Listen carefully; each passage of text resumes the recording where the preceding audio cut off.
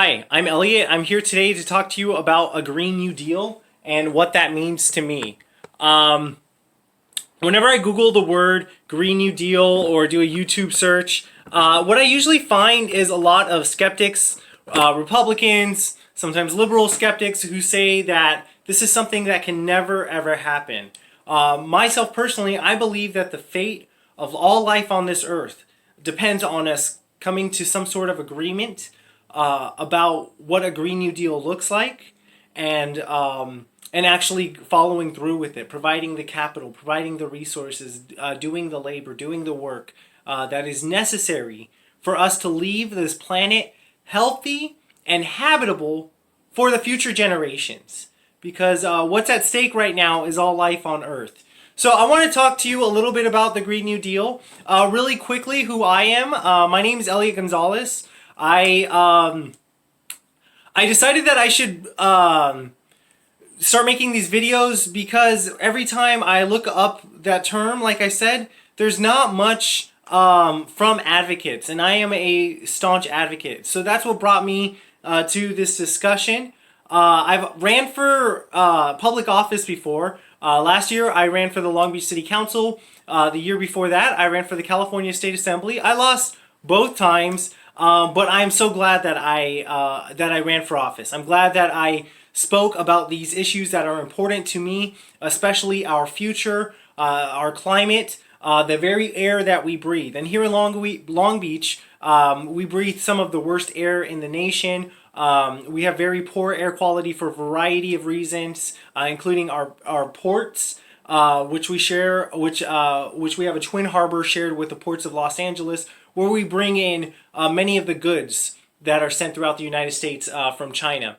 So I wanted to talk about what a Green New Deal means in our local community, what it would mean for a state like the state of California, for the country, the United States, which has a very important role to play in our global economy and in a discussion around some type of global bailout, if you will.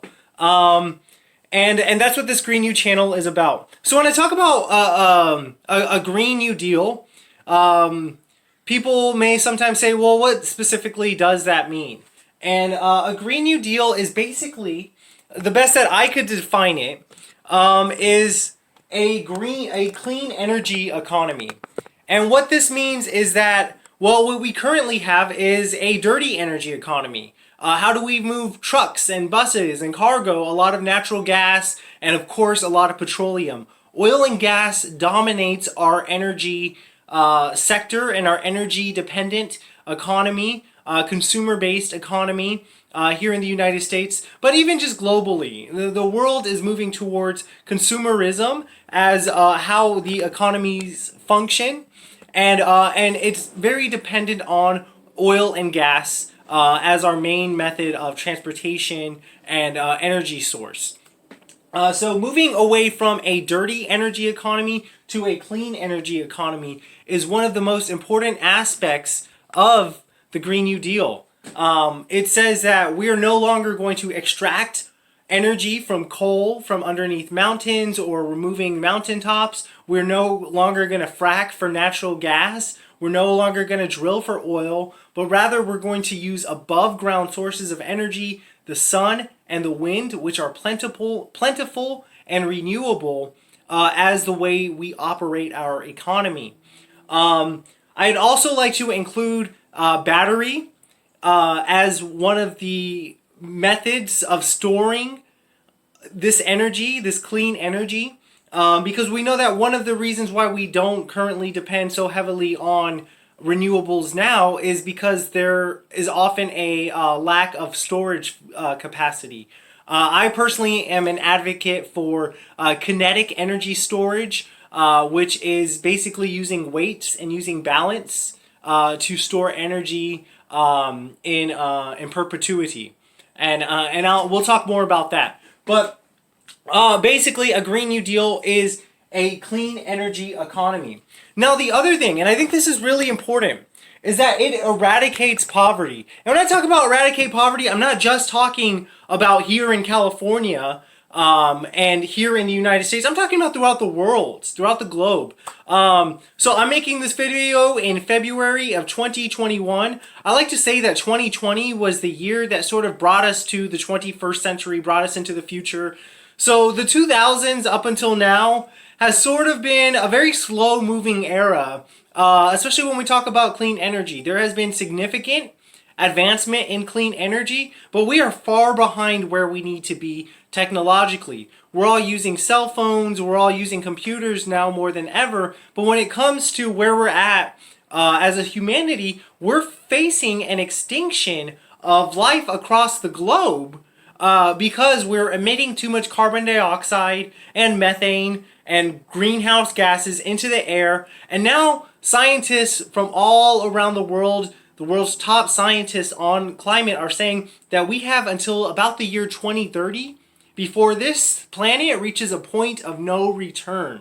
It will begin to enter feedback loops, that is cycles of hot weather affecting all of the weather on Earth, changing the conditions of the oceans, and making conditions on Earth on every continent increasingly inhospitable to life as we know it. This will affect cereal grain crops, how we feed ourselves and how we feed a lot of the animals that we eat. Everything will be affected, and it's very likely that we will see major refugee crisis, nothing like what we've seen before, and starvation, hunger, because of the impact that will be made to the globe and to the world's food systems. So we have until the year 2030 before the planet reaches the point of no return.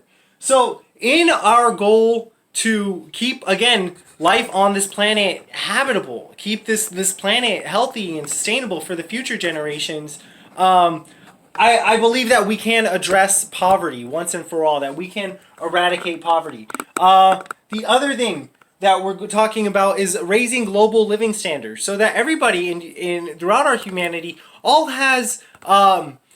everybody has access to whatever they need to survive on this planet. Because here in the year 2021, where we have people who are so wealthy they are talking about going to Mars, to go colonize Mars. Now that every inch of this earth has been colonized, they want to go see what's on Mars. We have some other people on the same planet whose children are going without clean drinking water. We have people who do not have electricity running into their homes in the year 2021. Lots of people, hundreds of millions, if not over 1 billion people, who don't have basic standards of living like clean drinking water. I mean, billions of people that do not have clean energy, or I'm sorry, energy access. They cannot go into their home and turn on a light switch. Very modern standards of living. So we're talking about raising global living standards, which again goes with the eradication of poverty. When I talk about standards of living, I'm also not only talking about wealth in terms of standards of living, but even our environmental, the environmental quality. The air that we breathe. Because a lot of wealthy countries like the United States, like us here in Los Angeles and Long Beach, we still have a cost to our living standards for our fossil fuel dependent economy. So we would be raising global standards of living on every field, not only by bringing energy to all homes, making sure that everybody has a home, and in that home they have clean drinking water, they have electricity, but also making sure that as a society, nobody has to breathe in pollution so that we can create an economy. Because that's what we require now. We require the sacrifice of human lungs to extract oil, to extract coal, to refine oil, to refine natural gas. Somebody's kids have to live near these refineries, and so somebody is going to get asthma. People will get cancer by the way that we produce energy currently. So raising the global living standards, not only are we talking about eradicating poverty and bringing in wealth, but we're also very importantly talking about our standards of living in terms of our relationship to the environment. How much access to green space does every person have? Is everybody breathing in clean air, drinking clean water? Raising global living standards. I'd also like to mention that justice is at the center of this discussion. That when we talk about a Green New Deal, we're talking about a deal. We're talking about a negotiation. So what are we negotiating and who are the negotiators?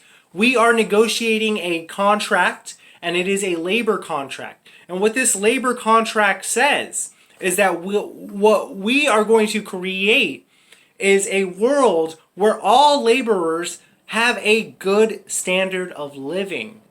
All laborers, the people who make the clothes on our back. No longer are we going to be hiring teenagers, teenage mothers in some very poor country to make our clothes and poor people. We're going to make sure that people who are making our clothes are paid a fair wage, whatever that is. The people who grow the food that we eat. We're not going to exploit them because maybe they don't have nationalized status. Maybe they're not citizens of this country. If they're growing the food that we eat, we're going to acknowledge these workers. We're going to appreciate these workers. We're going to uplift these workers. All labor at every aspect is going to be acknowledged, appreciated, compensated adequately for their work. And so a Green New Deal is a labor contract. And so that's the negotiators. Who are we negotiating with? We are negotiating with the forces of capital, the capitalists who have invested in our current economy, which is based on exploited wages of the people who grow the food that we eat, exploited wages of the people who make the clothes on our back. These wages will now be discussed and renegotiated on behalf of laborers. And this is how we will now feed our society, is based on fair labor rather than feeding our society, clothing our society on labor that we know is exploited. So the Green New Deal is a labor contract, and we are talking about all labor everywhere. People who push brooms, people who work in recycling, in trash facilities, and composting. Good paying jobs doing good work. Work that needs to be done. We're talking about building a caretaking economy. That is the people who take care of our children, of our seniors, of our society, are going to be paid adequately. Because right now, if you talk to a daycare worker, childcare worker, they'll tell you that's not a good paying job. You talk to somebody who takes care of seniors, the type of care that we would like to receive when our turn comes. Those people are usually not paid very well. So we're talking about uplifting wages across all fields, across the board, because labor is being valued, labor is being appreciated, recognized, and compensated in a way that provides dignity and a quality standard of living to all laborers. So justice is at the center. But when I talk about justice at the center, not only are we talking about a labor contract, very important labor contract, but we're also talking about how we all got here. This carbon didn't just extract itself. It didn't just come out of nowhere. It didn't just happen overnight. It's been happening really since the beginning of the industrial era. We can trace it back to coal and to oil, natural gas, especially during the most recent decades. But oil and coal are the largest contributors of greenhouse gases as we know it. And we're also going to have to recognize that not everybody participated in that extraction and the wealth that was created in the benefits of industrialization, that some people actually suffered very heavily in that extraction. They sacrificed their lungs in that coal mine. They sacrificed their children's lungs when they were working near that refinery. When they were living near that refinery, somebody's children got asthma. People get cancer, right? So we're going to recognize the injustice created by the carbon-based economy. We're going to recognize that where there has been fracking in the Dakotas and near indigenous territories, that we see a lot of toxic waste disposal, and we also see that a lot of people, especially women who are indigenous, have turned up missing or murdered. And so we're going to talk about the accountability that the oil and gas and coal industry have to make reparations for what they have done. Because they've caused asthma, they've caused cancer, and now they have caused global warming. The truth is they've always been causing global warming, but when they should have been acting, when we all should have been acting, they were trying to convince us that it was all a myth, that these scientists don't know what they're talking about, and that they actually weren't the reason why temperatures are rising, the reason why the ice is melting, the reason why this planet is facing planetary utter planetary collapse, is because of the emissions that are created by fossil fuel production, emissions that they say that they are not accountable for, that have made these industries some of the wealthiest industries in the history of money. Some of the wealthiest industries in the world are fossil fuel industries. And how did they get that fortune? By sacrificing children's lungs, by sacrificing everybody's future. So when we talk about justice being at the center, what we are going to do is recognize the injustice that has been placed upon communities, disproportionately Native American communities and African American communities, and always disproportionately the poor.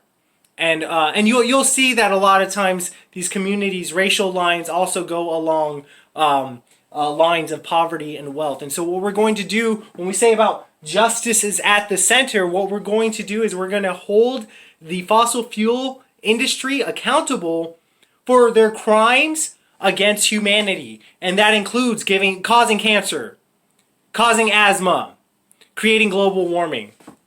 Justice is at the center of the Green New Deal. And we are also talking about industrialization, capitalism. And since we're talking about a new deal and we're talking about a new economy, we're also going to talk about reparations for the old economy. And what that means is that we in the industrialized wealthy nations will pay countries that are not yet electrified, that are not yet developed, whose people are not fully housed, not fully fed, do not have clean drinking water.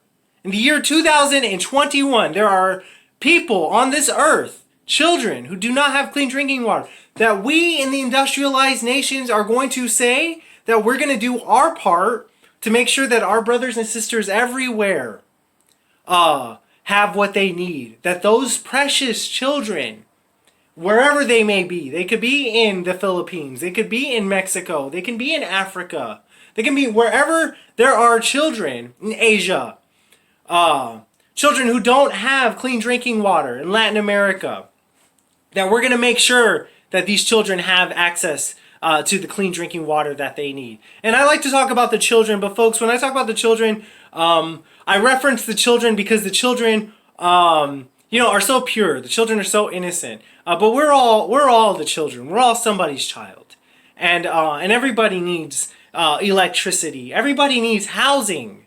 Everybody needs clean drinking water. This is what a human needs in the year 2020. So Justice, again, is at the center, and we're going to make sure that we're not going to leave anybody behind in this Green New Deal. We're also going to acknowledge historical wrongdoings and require and demand accountability from those industries and individuals that have made a fortune from wrongdoing.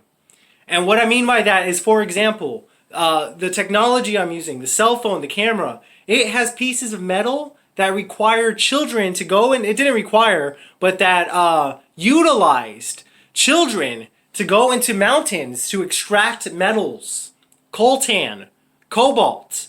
They're in every cell phone, every camcorder, VCR, TV, DVD. These precious metals have been dependent on child labor. So whatever companies, industries have been responsible for that, they're going to have to pay to make sure that these children in that community is now fully compensated.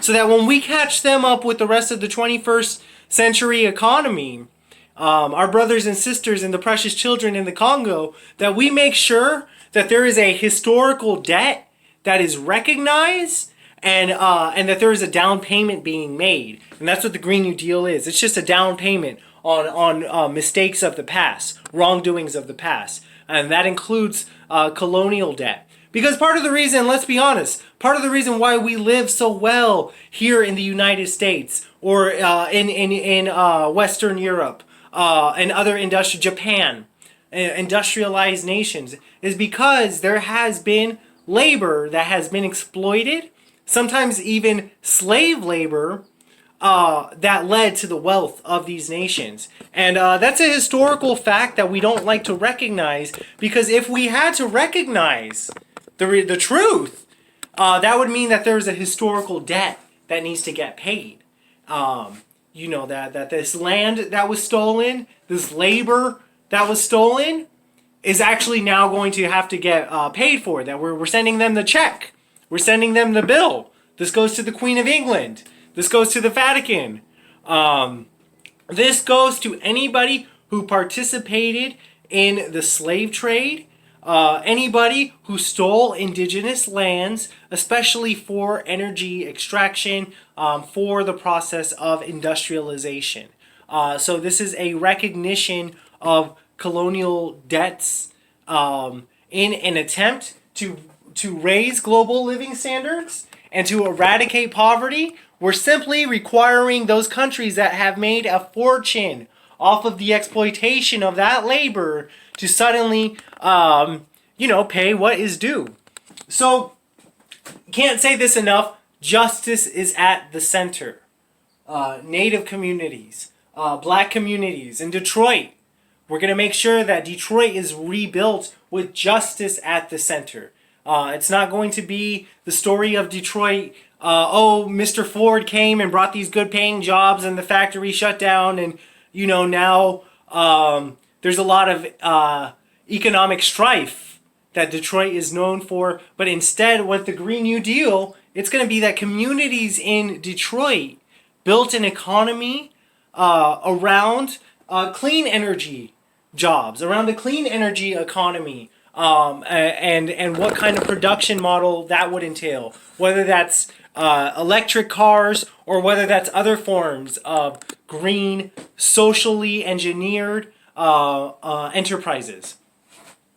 The Green New Deal addresses issues at the scale and speed required by science.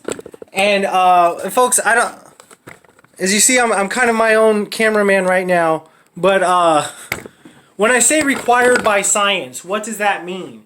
That means that scientists all throughout the world are saying that we have until the year 2030 to get our act together. Not a lot of time at all, and we are far, far behind where we should be.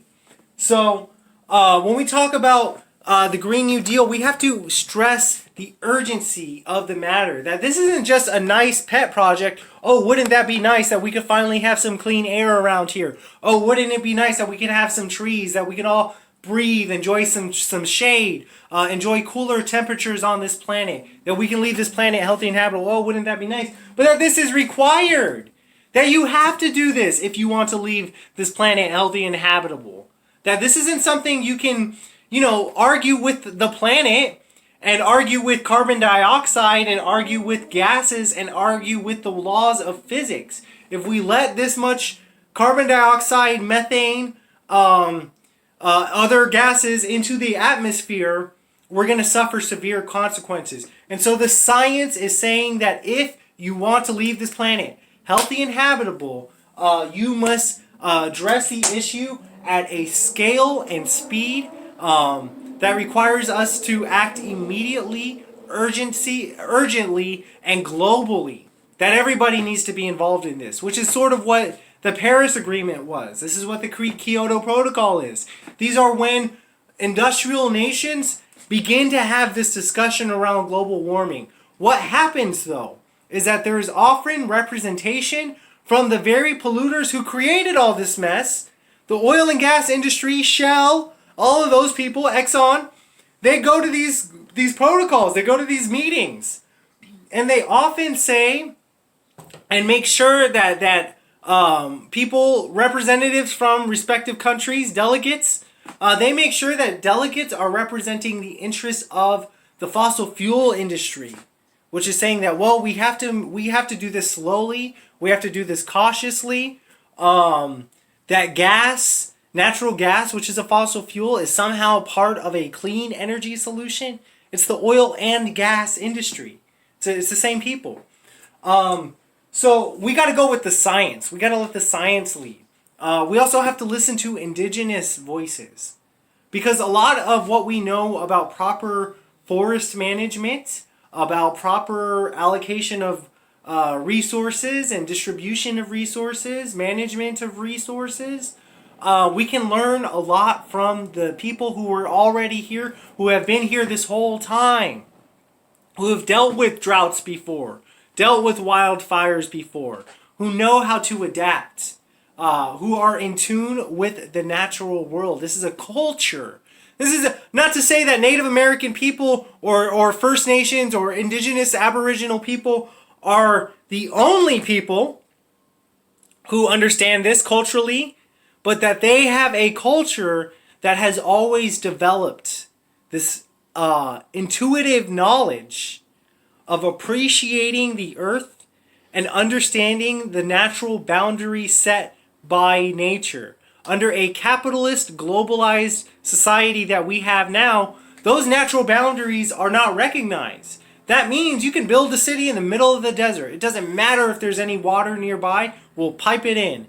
It means that you can build endless freeways and a global economy that is ever expanding, profits that are always soaring, no matter what the resource restriction may be. There's always plenty of wood. It doesn't matter how many trees there are or how long this forest can take this level of extraction.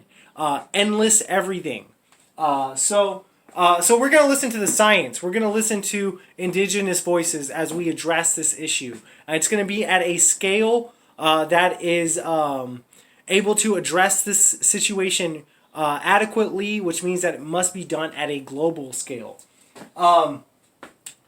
And finally, to wrap up my comments for today, I think the most important thing that we need to know about the Green New Deal is that it is about dreaming in public, at least in this stage, at least where I'm at. And that's part of the reason why I decided to make these videos, is because I have a vision that I carry with me every single day of my life. A vision for a world of clean air, of clean energy, of a world of justice, a vision for a world where our brothers and sisters are not sleeping out on the street, especially here in California, the wealthiest state and the wealthiest country in the history of the world.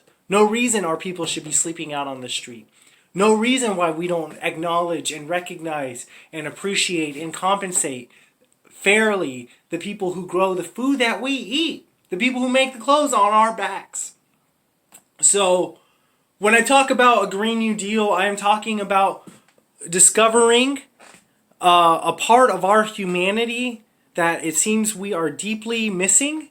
And the fact of the matter is that the fate of all life on this earth depends on us reconnecting with that part of humanity, where we have compassion for one another, where we build a better world for everyone, everywhere. So I'm talking about dreaming in public. I'm talking about a vision for the future. And this, folks, this is so important, because right now, you go on Netflix, or you go, you type in the future. What you'll find is a lot of stark visions. You know, people have now embraced the idea that, okay, global warming is real, but it seems like it's just going to leave a world of despair, and we're all just going to be at each other's throats. There's the movie Mad Max. That's a visualization of this. There's a lot of zombie apocalyptic films that talk about this subject. I also want to recognize Naomi Klein, who is a major influence of mine. She recently wrote a book not too long ago called On Fire, the burning case for a Green New Deal. I've kept up with her for years, and she is very much an inspiration for these videos. But she always talks about the lack of a public discourse, and that the realm of our public imagination has been captured by corporate interest. Right now we live in a society where people will try to stop you from even dreaming in public. She talks about the 1960s, an era of anti-war, pro-civil rights, pro-human rights movements throughout the world, anti-imperialist actions, especially in Africa, people rising up against Great Britain's nations becoming independent, people discovering their human potential to challenge systems of oppression. And the 1960s are sort of marked by this era. And she mentions that Dr. King was one of the era's great dreamers, and that he had a dream that he shared with the public, and that the 1960s was an era of dreaming in public. So one of the things that I would like us to do with these discussions is begin to dream in public. Just visualize. That is the whole point of all of these videos. I'm going to talk very extensively of what the Green New Deal looks like to me. But the point, if you get anything from this, is to just know that it is possible to visualize a better world. Visualize clean air. I talk to a lot of people out here in Los Angeles and Long Beach, where I live. I say, can you picture a world of clean air? And people can't even picture that in their mind. I say, can you picture a world where people are not sleeping out on the streets here in California? Everywhere you go in California, I've gone to San Diego, Sacramento, San Francisco, Long Beach, all over California. Our people are sleeping out on the streets. So you talk to the average Californian, you say, can you picture a world where people aren't sleeping out on the streets? A lot of people can't even picture that. So one of the things that I hope to accomplish this video with you is, and when I say we, I mean we advocates, there's many of us, is we want you to start dreaming in public. We want you to believe that certain things are possible. We want you to at least open your mind to the idea. Let's just open our minds to an idea here, that there is a way that we can run an economy without having to burn poisons into the sky that we know will warm the entire planet. That there is a way that we can do trade with one another, including the trade for our labor, without having to exploit one another. That's what the Green New Deal is about. I wanted to just end this video with answering a few questions that I got. Okay. One question. Whose idea is it? So the Green New Deal is not any one person's idea. And I want to say that these videos are not my Green New Deal, but that they are a collection of thoughts that are out in the public sphere that have inspired me. Bernie Sanders has a great plan for a Green New Deal, which I fully support. I encourage everybody to take a look at it. Many of the concepts I'm going to talk about come from Bernie Sanders' Green New Deal. Jill Stein had something, the Green Party candidate had something the year before Bernie's Green New Deal, or the election before Bernie revealed his Green New Deal. So I just wanted to say that the Green New Deal is not anybody's, but that what we hope to accomplish is that it becomes an era marked by transitioning to clean energy, marked by acknowledging and addressing the global problems facing humanity. So it's not anybody's, and it hasn't been determined by anybody yet. Alexandria Ocasio-Cortez has a resolution before Congress that is simply a vision statement expressing what she believes that the United States government needs to do. But let's not be restricted by Bernie Sanders or Alexandria Ocasio-Cortez. This is everybody's future. This is the fate of all life on this earth. So this isn't about the United States. Well, a big part of it is, but it's not just about the United States. This is about our humanity everywhere. So when I talk about a Green New Deal, I want you to understand that this is something you can be a part of. This is your future as well. And you are invited to this discussion. You have ideas in your head that are valid, that can be a part of the solution as well. So I wanted to share that idea with you, that this isn't anybody's yet, and it's for everybody to be a part of. So I don't want us to feel that we are restricted into advocating for Bernie's idea or Alexandria Ocasio-Cortez's resolution, but rather that this is something that we can all partake in and has yet to be determined. So it's all of our idea. How can I participate?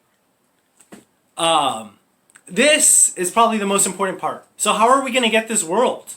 These oil companies and the politicians that they fund are not simply going to say, well, you guys asked for it, so here you go. Here's the money that you need for your clean energy transition. We apologize for all of our mistakes of the past, and we're going to write some checks. It's not going to be that easy. It's going to be done through political advocacy. So like I mentioned, AOC, Bernie, I think they're great. I think we should support candidates like that. Myself personally, I've actually ran for city council last year. The year before that, I ran for the California State Assembly on a Green New Deal platform. I didn't win, but I got these ideas out there. And I discovered something within myself. And that is that I don't need to run for office to campaign for a Green New Deal. So I decided that I'm going to keep on campaigning as if I'm running a candidate, except I'm running an idea. And I'm going to support this idea from here on out for the rest of my life. Same way that Bernie Sanders is committed to the political revolution and served to inspire all of us. I hope to carry this vision of a Green New Deal with me everywhere I go, every day of my life. So political advocacy is a big part of how we plan on accomplishing a Green New Deal, getting our people elected, running for office ourselves, getting our community to partake in visualizing what a Green New Deal means for our community. So in Long Beach, how do we address issues at the port? In other communities, it might be other issues that they're dealing with. Coal, it might be pipelines, whatever it is, every community can partake in a Green New Deal, and we can advocate at a local, national, state, and international level for a Green New Deal. So political advocacy. Most importantly, or most especially, I wanted to just mention, when we talk about how you can participate, it's going to require some acts of rebellion. What do I mean by that? I'm talking about protest. We're going to have to stop traffic. We're going to have to stand in front of pipelines. That's what people did at the Dakota Access Pipeline. Standing Rock. No Dapple. That's how people stopped the Keystone XL project, or at least delayed it. This is how we fight these battles. And a lot of times these protests, I gotta warn you right now, we lose. If you join the side of the environmental movement, of the left, a lot of times we're gonna lose a lot. But we keep fighting because we know in our hearts it is the right thing to do. So we're gonna have to protest. Acts of rebellion include strikes. We're gonna have to go on strikes. One of the most important group of strikers is one, port workers, dock workers, people who work in the energy sector, organized labor. But equally important, and I believe just as important, if not more important, is students. Greta Thunberg has inspired a movement for students all over the world. High school students, minors, are skipping school, and they're getting they're getting into some good trouble. They are standing up to major projects in their community. They are protesting. They're skipping schools on Friday so that they can fight for the future. That's what they call it, Fridays for the Future. So one of the most important strikers are the youth. And we need the youth to one day be willing to put their bodies on the line. I know that's a very controversial statement, but that, folks, that's how we have all of the rights that we have now. Somebody put their bodies on the line. They stood in front of a force of oppression, and they said no more.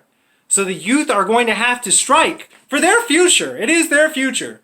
So, I mean, it's all of our future, but the youth, they got a little bit more time than we do. They have to participate in these student strikes, and this Green New Deal channel is to encourage all strikers, whether they're workers, whether they are students, to think about what way they are going to strike, how they are going to strike, organize the strike, and be prepared. We also have to do boycotts. We have to make global divestments, that is, pull our money out of institutions that support the oil and gas industry and make investments into clean energy. We're going to have to boycott certain companies that are found committing human rights violations. We're going to have to boycott oil and gas. We're going to have to go on strikes. We're going to have to stop oil and gas from entering or leaving ports all throughout the globe. We're going to have to tank stocks that are invested in petroleum, and we're going to have to make stocks of renewables increase. We're going to have to invest in community ownership of our energy system instead of completely depend and being reliant on a fossil fuel energy system that has enabled and empowered people to become billionaires, where they make a fortune by investing against us, by investing in infrastructures that create cancer, asthma, global warming. So, folks, that's a little bit about the Green New Deal. That's a little bit about me. I hope you subscribe, tune in, and I'm looking forward to having a lot more conversations with you. Thank you.